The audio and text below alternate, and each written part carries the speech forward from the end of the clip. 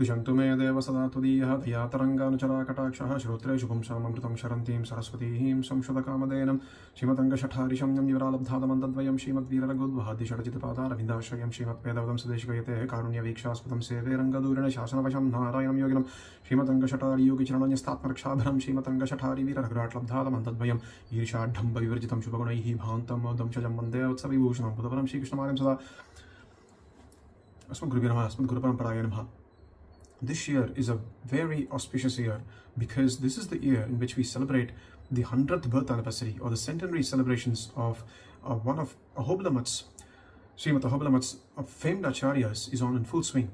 He goes by the name Sri Lakshmi Narasimha Divyapadaka Sevaga Shivan Sharakapashi Narayana Yatindra Mahadeshikan, or otherwise he was fondly known as Srimad Villivalam Singar. Srimad Villivalam Singar is known specifically for his momentous works on some of Swami Deshikan's Sri Suktis, including the famed Srimad Rahasyatrayasaram Vivaranam, which is a detailed explanation of Swami Deshikan's magnum opus, Srimad Rahasyatrayasaram, and also his arduous struggle in pulling together and compiling the grantham by the name, or book by the name of Paramata Bhangam, composed duly by his, whose explanations composed by his Tirittamayanar, Vedanta Bhavadukar. Also, Swami, to his as a testimony to his Tamil Pandityam, has written a beautiful book by the name of Erar Gunamam Yilurabam, where he compiles the extended meanings and the extensive illustrious meanings with examples of Swami Ramanuja's Gadyathil, wherein he exposes all the auspicious qualities, the infinite, effulgent auspicious qualities of Lord Ranganatha and Ranganayithayar.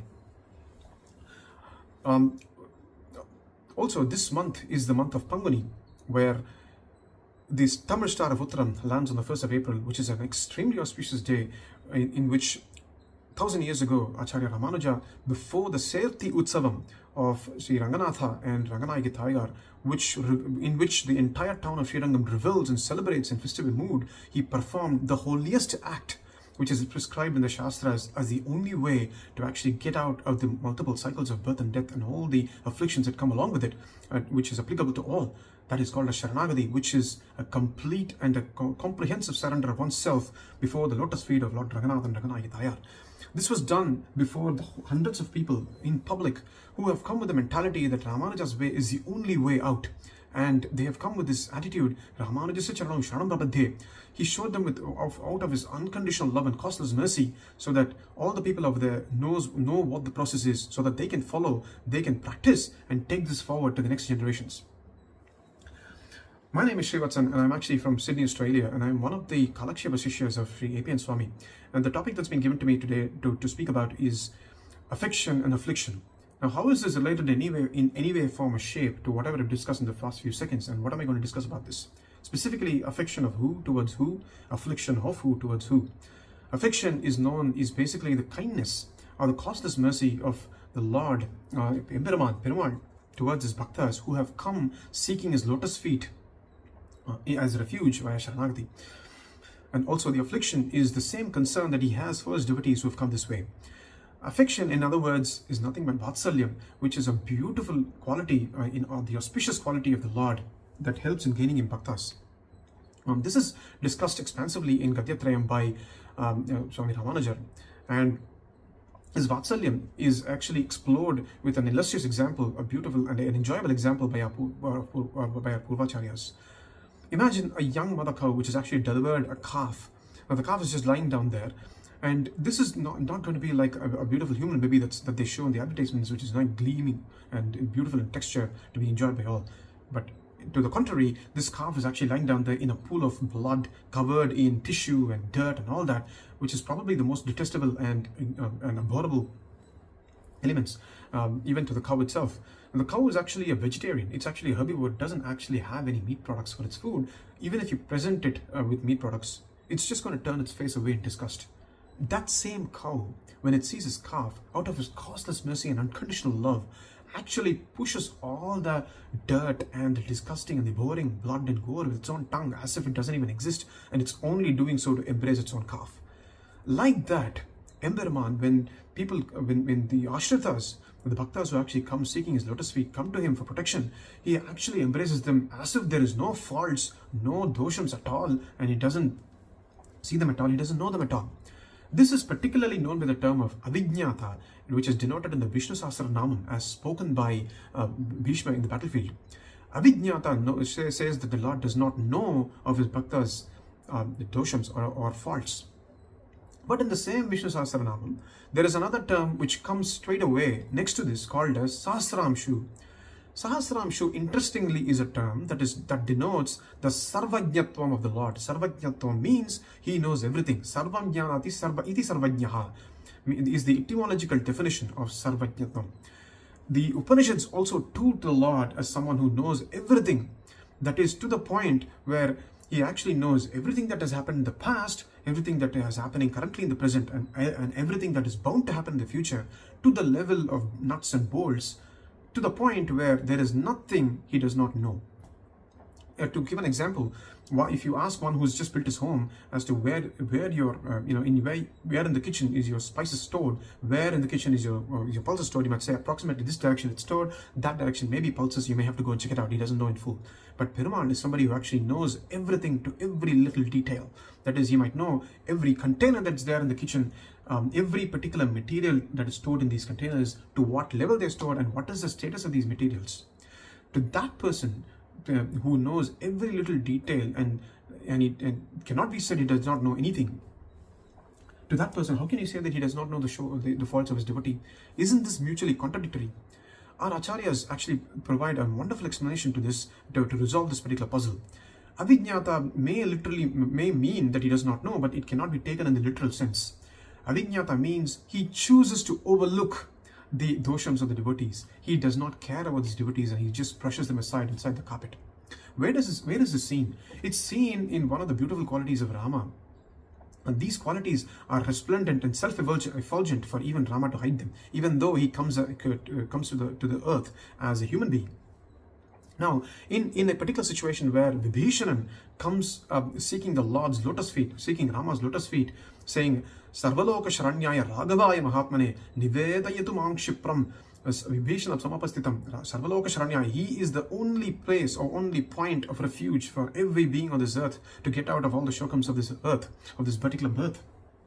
He comes with that attitude in a situation which is of dire consequence, where everything and every particular aspect of what he's seen, that is Vibhishana has seen, he assumes that this is actually a pratibandhakam, or actually a hurdle to him to attaining the lotus feet of Rama. He comes there leaving everything, completely severing everything. Though this is the case, he says that I've come here to submit myself to the Lord. Though this is the case, people like Sugrivan, who are present over there, who have taken an oath to protect Perumal from any danger, sees this as a dosham. He sees these as a fault. He says to Perumal, "Oh Prabhu, how can you accept him? How can you accept Vibhishana? He's come from the enemy camp. He could have ulterior motives. B, and top of all, he has come by deserting his brother at a time when he needs him the most, at a time when the country needs him the most, because the country is at war. How can he be trusted?" Now Perumal sees this. These are not as doshams. But he actually says, he could have said in one moment, saying, "What are you talking about? You've come here doing the same thing, or Sugriva. You've also deserted your brother. You also fought against your brother and you sought my help against it. And that's how you won your kingdom." He could have said that, but that is not what he says. He manages the situation quite wonderfully. He says that, "Dosho yadyapi astasyat." That is, a person, an ashrita, can have any dosham. Dosho yadyapi astasya chatameta takarhitam. I am not going to see all those doshams and I'm going to just brush this aside. And also, Sugriva, you are actually a protector of me, and you've taken an oath to actually protect myself from any danger. I can manage, but even though I can manage, if there's any impending danger, anything that comes to me, won't you be the person to protect me? Because you're standing right next to me, a valorous king, a person who can manage his troops effectively, a person who is a leader. You can manage this effectively, won't you? That is what you're here for, O Sugriva. That way, he actually toots him, praises his valor, so that he is not spoken badly before his peers, and manages to actually praise him in front of all his peers and his army men, and chooses to increase his respect, because Perumal doesn't need anyone to support him in any endeavor. Now, there's also another beautiful aspect to it, where he says to Sugriva, "Oh Sugriva, yes, you're of such high stature. You are an emperor. You are a king who has got very good leadership skills. Who've got very good management skills. You have come to me seeking my feet in Sharanagati, and I've provided you abhayam, protection. It's all good. But think about this. A person, what will happen if I can actually provide protection, the same level of protection to some person who has actually got all the doshams? Wouldn't that highlight the process of giving protection or bhayam, and wouldn't that highlight the Sharanagati as a glorious act which is meant for everyone and everything, to the point where this can be communicated effectively, saying that disqualification is the only qualification? An onlooker might actually think that, oh, I've got so many doshams, maybe I need to have leadership skills, I need to have management skills, only then Rama might accept me. And what might happen if I can do this? This kind of sentiment that Rama speaks actually is captured beautifully by Swami Deshikan in his superstar shlokam, where he actually loads praise on Lord Varadaraja by saying, Janannana dibihita naparadavarghan swamin bhayat kimapi vaktumaham nashaktaha avyaja vatsala tathapi nirrankusham mam vatsalyameva bhavato mukhari karoti. Swami Deshikan says that, look, I have accumulated so many doshams, I've accumulated so many aparadams or offenses due to the many birth cycles of births and deaths. But all those aparadams have created a low confidence in me, saying, how am I going to be accepted? But today I'm standing here. I've approached you only because of your Vatsalyam. How beautiful is that? This kind of sentiment is captured so beautifully here. Also, Rama's mindset is effectively communicated and captured by Sita's advice to Ravana, where she says to Ravana, Vihidat sahi dharmajna sharanagada vatsalaha tena maitri bhavatu. She says that she communicates this lecture so beautifully, so that he changes his manaha 180 degrees to namaha, his uncontrolled indriyams and its manas, which made him focus on Sita Devi. He tries to change him 180 degrees so that his manas goes to the lotus feet of Rama. But still she says, you are a king, you don't really need to actually go and fall at his feet, but you can just shake his hands as a friend and he will accept you still.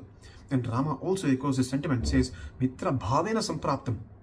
Because even if someone actually comes to me with the notion of faking friendship, I will still accept him. That is the extent to which we can quote Swami Perumal's Vatsalyam. It's a beautiful quality.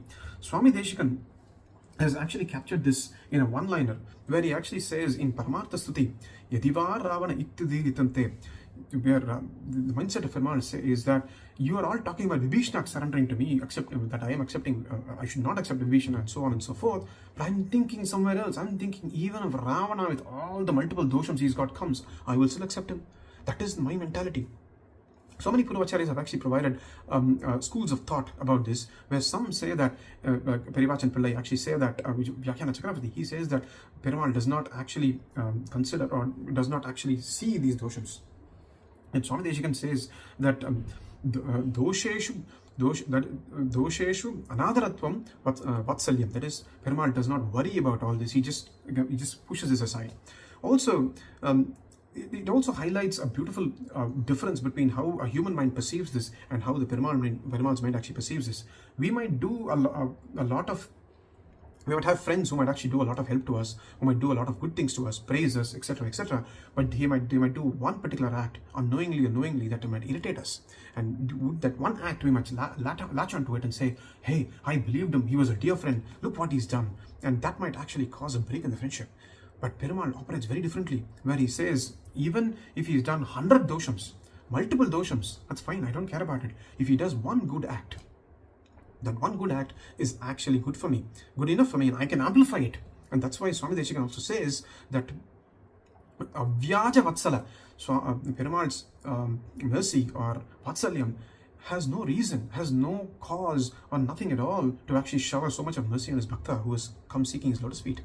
Perumal captures this saying, Nasmaratya apakaranam shatamapi atmavattaya katanchitavakarena kritena ekena tushyati. One little good act is more than enough for me.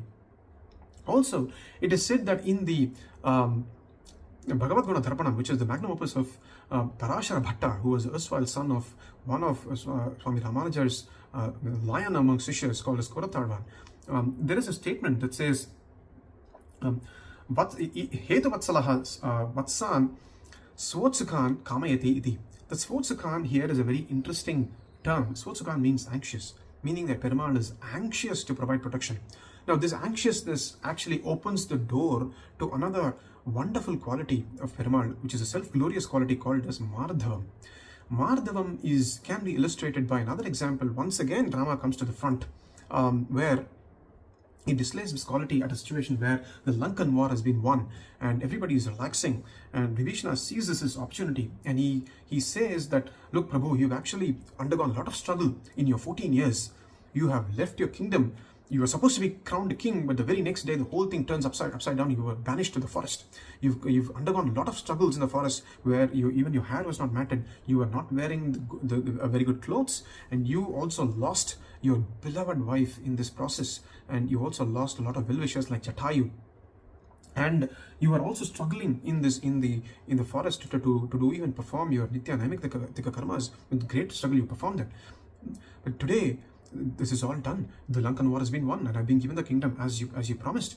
This is a time for you to relax. Anybody who has undergone this struggle will see the logic behind this, saying that yes, they have to relax, they have to have time off for themselves. But yes, Prabhu, so you have to relax. Why don't you take snanam? Why don't you take a beautiful bath in one of these rivers, the rivulets over there, which is loaded with, teeming with fragrances, the choicest of essential oils. Anoint yourself with these oils, and also wear some of the choicest, richest of clothes befitting a king. And also, Virati and yourself, she's also undergone a lot. She's been in the Ashokavanam undergoing mental and physical torture by Ravana and his aides. You both should relax and have the choicest of clothes and have the most sumptuous of food that I can actually offer you. But Rama is also he's already lost. He's physically here but mentally somewhere else, or he's with someone else. He pensively turns towards Vibhishana and says, "Oh Vibhishana, you're offering me all these luxurious goods, but I am in no mood to accept all these." He says, "Namesnanam bahumatam vastran yabharanani cha tamvina kekeyi putram bharatam dharmacharinam." See, I left someone 14 years ago who came as the whole embodiment of Shokam. He was away when all these negative things happened. His father has actually left to the heavenly abode when he was not even there. On top of all, his brother, have actually left the kingdom without even telling him. And he was shocked by all these utterances as to what has actually happened. And he came running to me. That was Bharata who came running to me as a whole embodiment of Shokam. And for the only purpose of handling the Rajyam to me, which he thought does not rightfully belong to him. And only because of my word, only because of my one instruction, that he who initially cursed his mother began to turn his mindset and actually accept her and pardon her. And also, I couldn't do anything for him. I could give him only his padaka, and from that time he has been doing Raja Paripalanam, or exercising his duties as a king, as a proxy king, with utmost sincerity. And I don't know what struggles he's going through. I don't know what sort of difficulties he's going through, Vibhishana. And I'm very, very concerned about him. And he's also said that if I don't return back to him in the right time, he will jump into a fire. I really fear what is going to happen to him. This quality where he worries about his bhakta and what negative things is going to happen to him is what is described as Mardhavam. Even though the devotee might be, or this is the affliction that Perumal actually has, even though the devotee who's an ashrita, who's come to his feet, knowing fully well that Perumal will take care of him, he is very well situated economically and physically. Perumal still worries about him, saying that, look, something negative might happen to him, something bad might happen to him. Now, this is also elegantly explained by Swami Deshikan in a one-liner, saying, Ashrita viraha akshamataya suparaveshatvam, meaning Perumal is not even able to tolerate 1 second of separation from his dear devotee who has come seeking his lotus feet. Meaning, that should tell us that if he is worrying so much about his bhakta, he's not able to tolerate his separation. What if he gains the bhakta? What if he actually gains the position where he's getting to be with his bhakta? He will never leave us. So that creates the confidence in us that we can happily and hopefully with all our doshams can actually go and seek his lotus feet and seek his protection. Now, there's another example that can be highlighted in the same context. Now, Vibhishana was actually there seeking the Lord's feet, and at the time when he is actually being accepted, he is showing all the points of advantage so that Rama can approach Lanka. At that time, Sugrivan, seeing Ravana, jumps to his side and starts punching him on this balcony right before Rama's very eyes. And Rama is shocked at this. Hey, why is he doing all this? We are just here discussing about the strategy, and he's just jumped straight away without even thinking, without a forethought, and pummeling him. And he's starting to worry about him. As soon as Sugriva comes back, he says that, hey Sugriva, why are you doing this? What is the necessity for you to even doing this? We're just discussing this.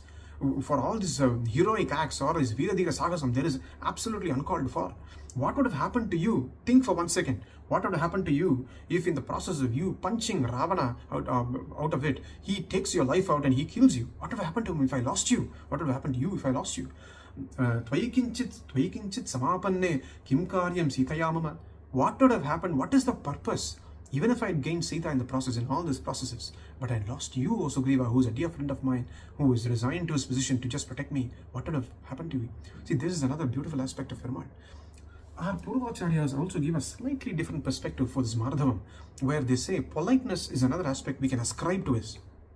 Again, we pull in Rama's beautiful gunas here in the context of this. At a time when Sugriva has actually won the war with Vali, he has gone back, gaining his kingdom and happily ruling his kingdom. And now he has to actually search for Sita, which is the original position he promised to Rama. And he says, "Oh Rama, thank you for this kingdom. We should probably pause the activities on searching Sita, because this is not the situation, be it weather, that is not conducive to searching Sita. So let us pause, and I assure you, let's come back in some time and then resume our search activities." Rama accepts this, and he's waiting for 1 week, 2 weeks. 1 month is passing by, 2 months has passed by. There is no sign of Sugriva, and there is no indication of him coming back and resuming the search. And naturally, anyone will get agitated by this, right? And that is what Rama actually did as well. And this was the one spark that Lakshmana was waiting for. Lakshmana already had some kind of a negative feeling on Sugriva, and as soon as you see the spark, he ignited with anger, red with anger. He gets up and he wants to punch the life out of Sugriva, and he tries to move. Rama sees this and he says, "Oh my God, what have I done? This is not what we should be doing. Sugrivan is a helper. He has resigned to my service, and he's an emperor. He needs to be treated appropriately, and this is not the way to address him." And silently, he turns around and manages the situation beautifully, and he says to Lakshmana, "Samopahitaya vacha rukshani parivarjayan vaktumarhasi sugrivam yatitam kalaparyaye." Oh Lakshmana, rukshani parivarjayan, do not talk to him in a rude tone. Do not be condescending. Do not threaten him, saying that he hasn't done his duty. So talk to him, tap him gently on his shoulder, remind him very gently, saying, "Oh Sugriva, shouldn't we be doing this? Shouldn't we be doing this? This is the time where we have to start. Come on, let's motivate. Let's start motivating ourselves to do this." This displays a beautiful leadership quality on the part of Rama, and how we should manage the situation when someone's actually forgotten to do their duty or what they're signed up for. And these two gunams, which is Vatsalyam, which is the affection, and which is the concern that he has for his devotee, affliction, are the two beautiful gunams of Rama, which is displayed here, which helps him gain devotees as asserted by the Purvacharyas. Thank you very much for this opportunity to share with you all these beautiful gunams, and I do thank from the bottom of my heart for the opportunity given to me by my Kalaksheva Acharya and Sri A.P.N. Swami, and hopefully I get more opportunities in the future like this to discuss more of our Purvacharya's Granthams and their publications, and we'll all enjoy together. Srimate Ramanujaya Namaha, Srimate Nigamata Mahadeshikaya Namaha, Asman Gurubhyo Namaha.